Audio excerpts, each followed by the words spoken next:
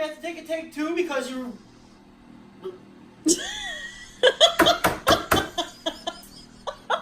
Take two on the take two.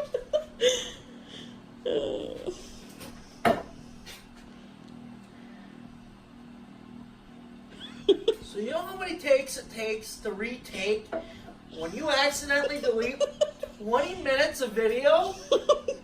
You forget the dog. Forgot the dog.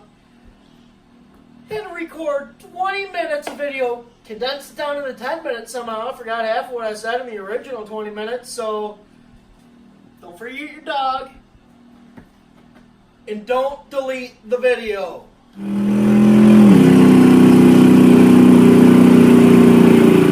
Well, you know you got a good garage door seal when it's just as icy inside as it is outside. Well, that don't seem right. For this video, I'm going to show you guys how to turn a washer and dryer into an engine stand. So, in order to do that, we got to move the Cobra out of the garage. So let's fire it up.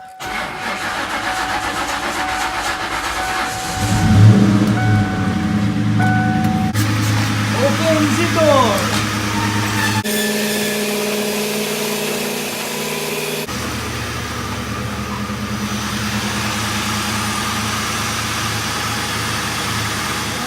That washer and dryer into an engine stand.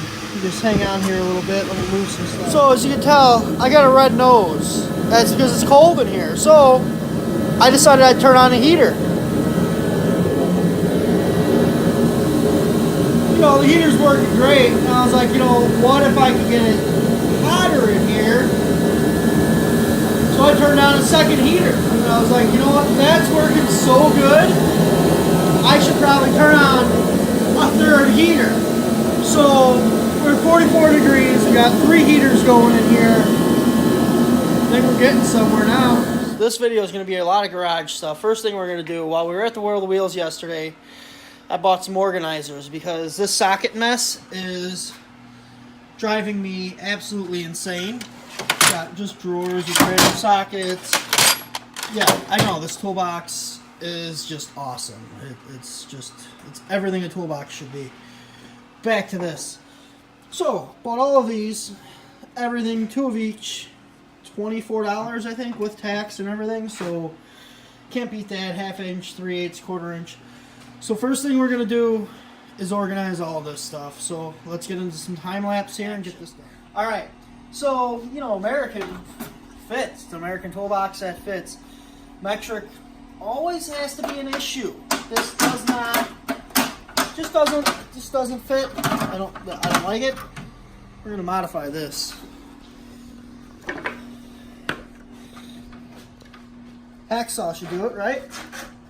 Well, maybe we'll move this in a little bit more. Yeah. All right.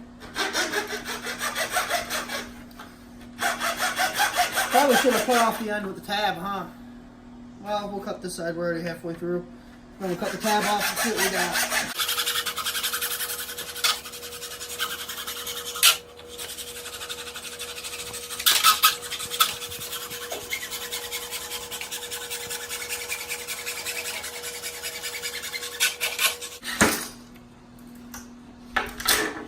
See if that fits. If not, we'll cut some more.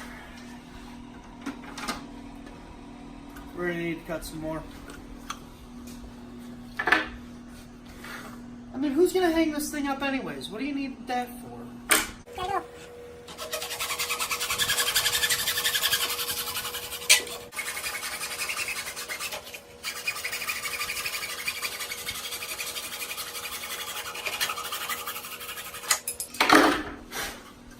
That looks like that should do it.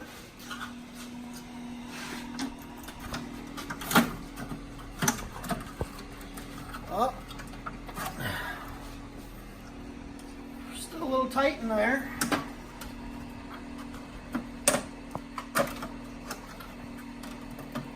Just a little tight in the jeans, so we'll just take a little bit off. I use my extra straight cutting skills so it's on a nice angle. So we'll try to get rid of that angle, see what we end up with.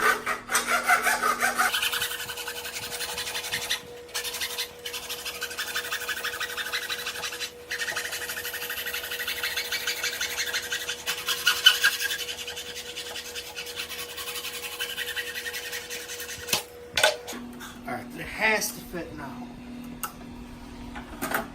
Oh, so nice. So nice. The sockets organized a little bit better. I know there's some missing, but at least it makes me feel a little better that if I'm looking for something, kind of know where it is. Plus, I don't know, I got a drawer with a few sockets. There's like, I don't know, 5 or 6 in there. So that's better. That drawer is just all ratchets and extensions. Alright. Alright, so remember I told you we were going to turn that washer and dryer into an engine stand? Well, I did. And it was really easy, and this is how I'm going to show you guys how. So, all I had to do was, well, sell the washer and dryer. Got some money for it. We now have an engine stand. Told you, it was really easy. All we had to do was turn a washer and dryer into an engine stand by way of selling the washer and dryer. So, let's open it up. This is a Harbor Freight. You know, they sell all the best tools. If you want anything good, buy Harbor Freight. Don't buy Snap-on. I've got a drawer full of broken Snap-on stuff. Believe it or not, I've got Harbor Freight ratchets that I've been using for over a year and a half now, every day, and haven't broken them. So, in my opinion, their quality is way up from what it used to be. So we're going to get into this engine stand here. Get the box opened up. Alright. So we're going to do this video kind of, obviously, an unboxing. I've never done anything like this. Slash assembly, slash, I don't know, would you call it a review? I guess it'll be a review. Instructions are right on the top. Everything is packed in here pretty good for what it is. This is part number 69520. I believe this was the $59 1,000-pound engine stand from Harbor Freight. You know, I've had lots of engine stands in my day, and I've had some that are really sketchy. This one doesn't look half bad, and for the money, it's brand new. It's not somebody else's used junk. We will show you later, maybe today, maybe not, what's going on this and what it will be going in. But buying this engine stand was the first step in rebuilding a motor for a project we have.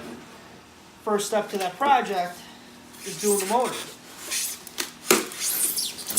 So we're going to get this engine stand built. Maybe we'll get the motor on it today and put it in the video, maybe not. If not, you'll see it in an upcoming video. This one will probably be just us assembling this engine stand. Alright. It's empty now. Let's go grab some tools real quick so we can get some sizes.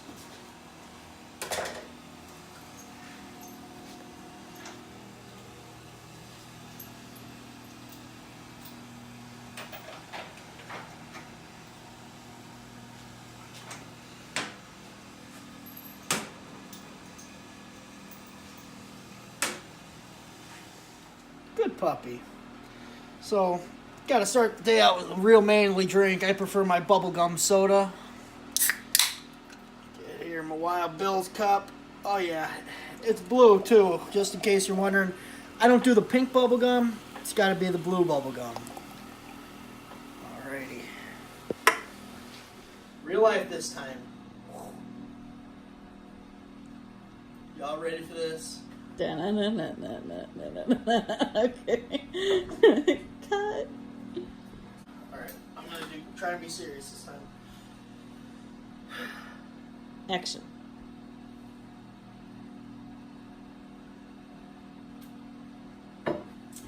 Alright, we're gonna get to assembling this engine stand now. For the sake of boring the death out of all of you, I put a few of the wheels on already. But I will help you out with putting this wheel on. Just in case you've never put a wheel on before, you might need some help. Pay attention to this part of the video. So you want to put the wheel in this hole. You know, like I already got this one. You want to make sure you get your washers in here. You got this real small hole you want to get it in. You got 2 washers. Flat washer goes first. Then you put your lock washer. Then you got your nut.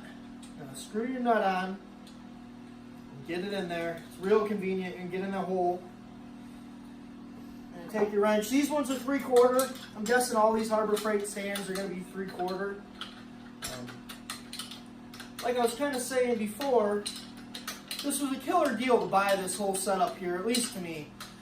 I've owned lots of engine stands, and I wanted to buy something new. I was tired of having just old ones that were beat up, and not that I wasn't happy with them, they weren't anything special. I wanted a new shiny one. Who doesn't? So that wheel's tight. So we went to Harbor Freight, bought this engine stand. They've always got free stuff.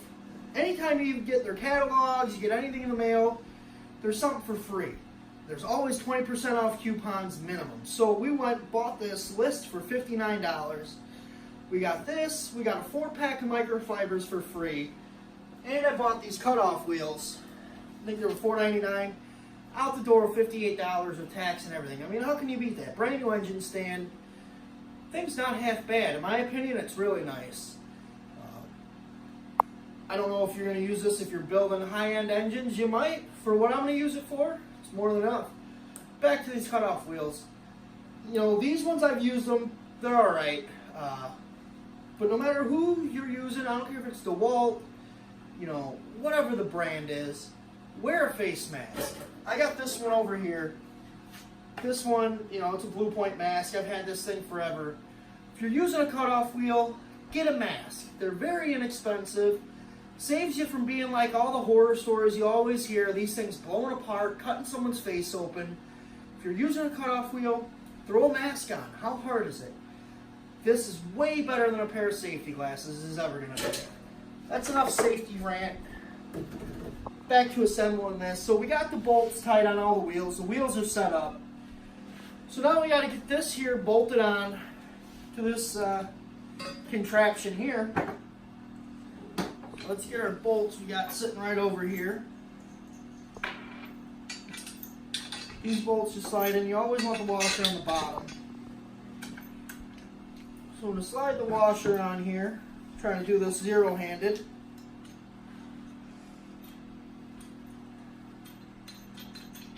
Alright, we got one of them started.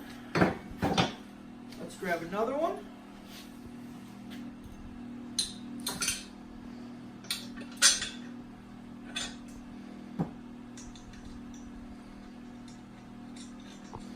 You know, they say this thing's rated for 1,000 pounds. I believe it. The engine we're going to have on it's nowhere near 1,000 pounds, at least for now. Got a few other engines that will probably end up on this later that are way over 1,000 pounds. So you want to tighten these up. On this one, these are 17s. It's all pretty much metric stuff. I mean, or if you have an 11/16, it's pretty much the same size as a 17. So we're just going to use these ratchets here, snug these up.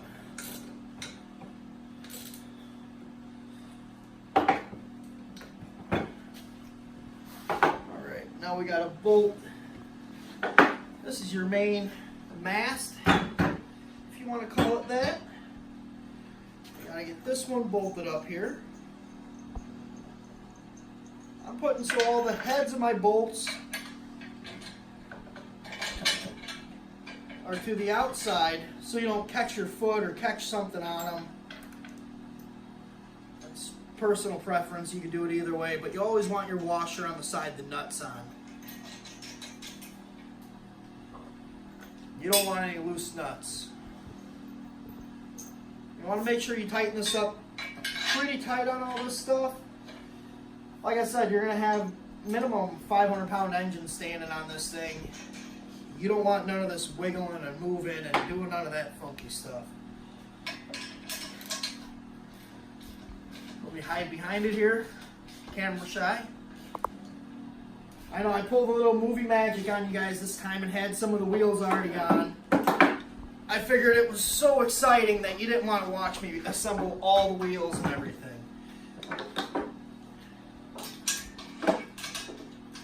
You know, like I said, I don't know if I'd call it so much a review. I guess it could be a long-term review. We'll talk about it. If you guys have any more questions, you know, this is the Harbor Freight. It's part number 69520. Pittsburgh heavy-duty half-ton engine stand. They call it a 1,000-pound engine stand. I don't see any reason why it wouldn't hold 1,000 pounds. You know, the cool thing about this one too, it's got this bolt here on the bottom. This is a 3/4 inch. Basically, you slide this shaft into here, snug that bolt up, and you're done. So if you need to disassemble this thing, say put it up in your attic, stuff it in a corner, you know, you're not using it right now, just loosen that bolt up, and the thing comes in 2 pieces. It's a major malfunction. I put my fingers in the screen. There's gonna be a moment of finger. Oh, it's okay. It's only in the corner. I'll be like, are we getting finger banged? You gotta pull that back out because you can't have us talking.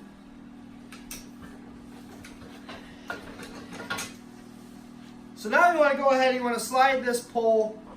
It's not a pole really, it's square tubing. Slide the square tubing into the other square tubing.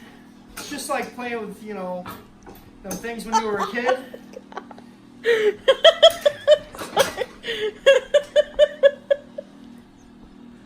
Are we okay over there?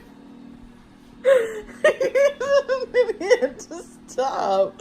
You can't make me laugh. The whole time I'm like trying not to laugh. Ready. 3, 2. Alright, so we just want to slide this in, square peg. Woman, you're killing me here!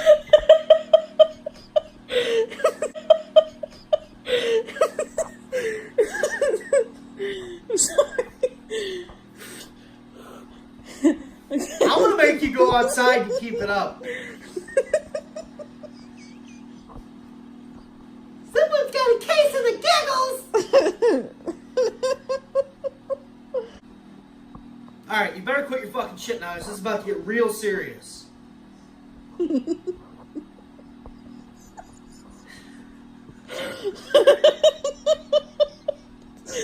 Shut up.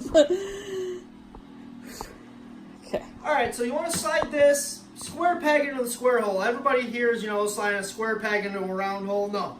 Square peg, square hole. You want to slide it in? Oh, yeah, you slide it in real nice. Now we want to grab our 3/4. We want to tighten it up. Probably would have helped if I had this a little more prepared. So what would you expect from me? Just tighten this up. You want to snug this one up pretty good because, again, like I said, you're going to have an engine standing on this thing. You don't want it to fall over. You don't want it to wiggle. If I have any problems with this thing wiggling, I mean, yeah, I'm a little tight for room. I could always weld this solid, then it's never going to wiggle. The easiest thing to do would be just drill a hole through the side here, blow a hole all the way through it, nut and bolt it. Then same thing, if you got to take it apart, pull that nut and bolt out, take the whole thing apart.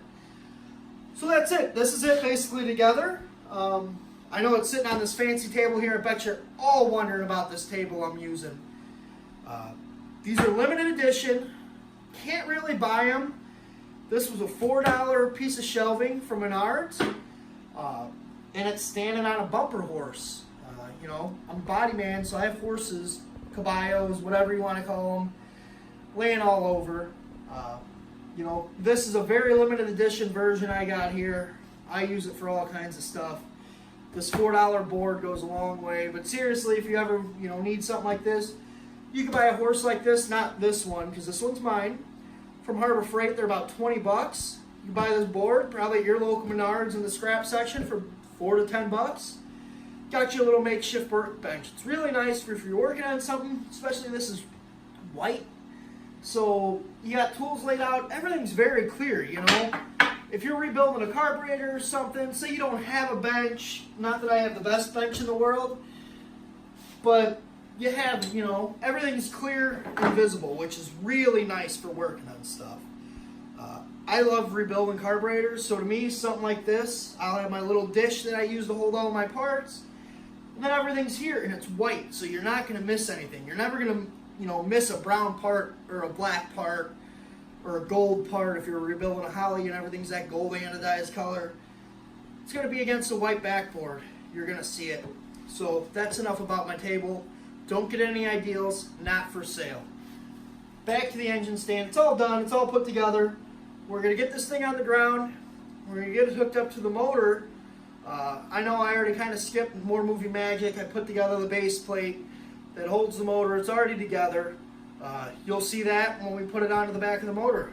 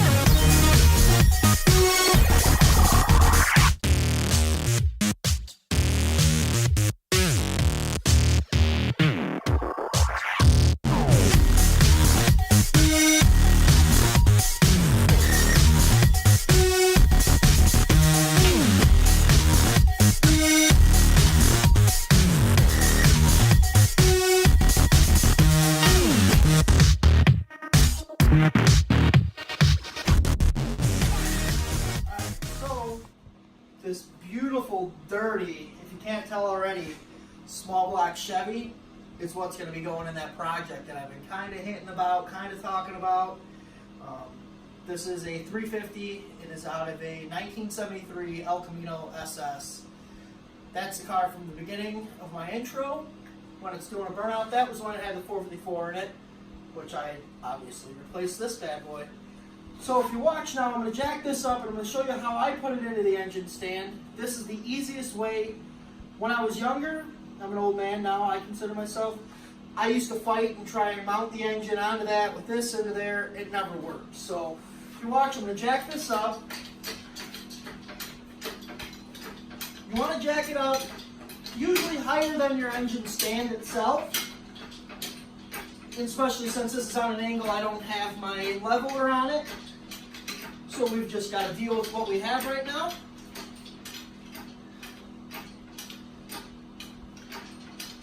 Okay, now see I have that way up high, pretty much higher than this. I'm going to roll this in.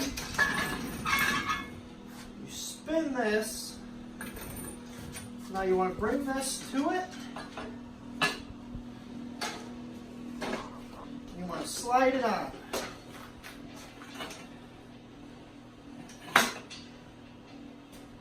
Alright. Should have grabbed the pin for it. Give me just 1 second. Alright, now we want to lock it down.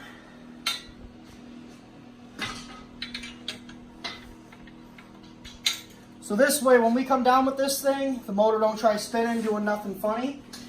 Alright, so, you don't ever really need two people. Two people helps, but as you can see, I can hold this thing by myself. It's balanced pretty well right now. Now you want to start letting the engine hoist down.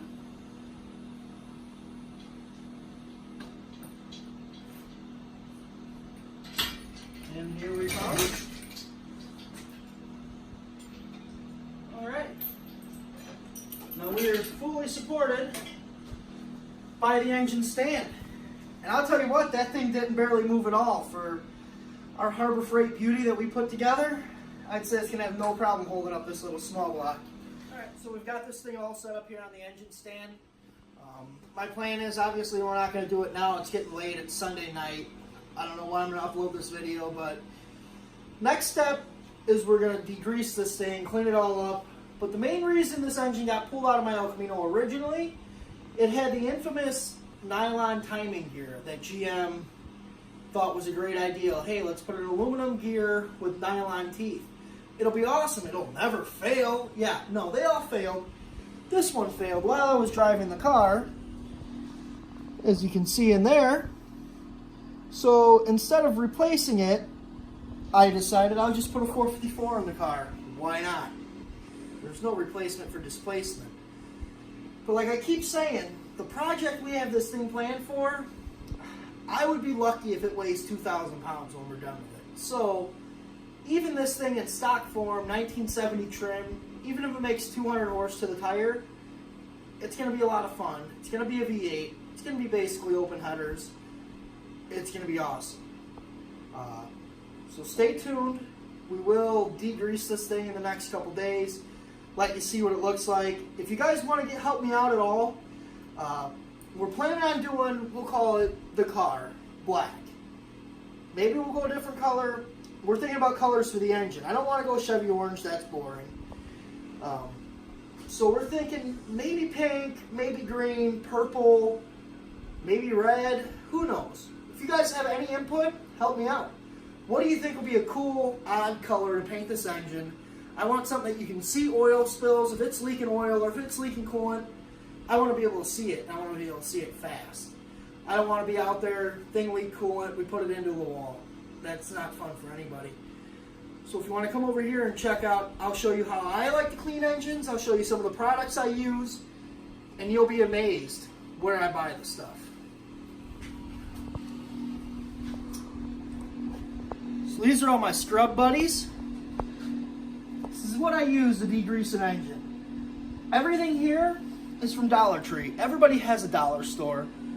Everything here cost me $1. So there's what, 1, 2, 3, 4, 5, 6, 7, 8, 9, 10. We have $11 invested here. And we are going to completely clean and degrease this engine for $11. Maybe even less, because we might not use all that oven cleaner. Don't get wrapped up into buying all the expensive stuff. You don't need the expensive stuff. Oven cleaner is pretty much exactly the same as the Gunk engine cleaner, O'Reilly's engine cleaner degreaser. That's $3 to $5 a can. That stuff's $1 a can. You get the scrub brushes, they're $1 a piece. You throw them away when you're done. I'll show you, we'll kind of break it down in the next video, how we do all that. If you're interested, it might be boring, but I'm going to show you because I've never seen anybody go over it in any videos. We're going to soak the whole thing down, spray it all down with the oven cleaner, scrub the crap out of it, then we'll power wash it off, and then we'll get into this thing. We're going to tear it apart, re-gasket the whole engine. Might have a big cam going in it. You're going to have to stay tuned and see. Got a big 4-barrel intake, high-rise intake going to go on it. A lot of cool stuff. Once we get this done, next step is I'm going to attempt to rebuild the transmission, because I have some that have no reverse, some that have no third gear. It's getting a turbo 350, so I'll give that away.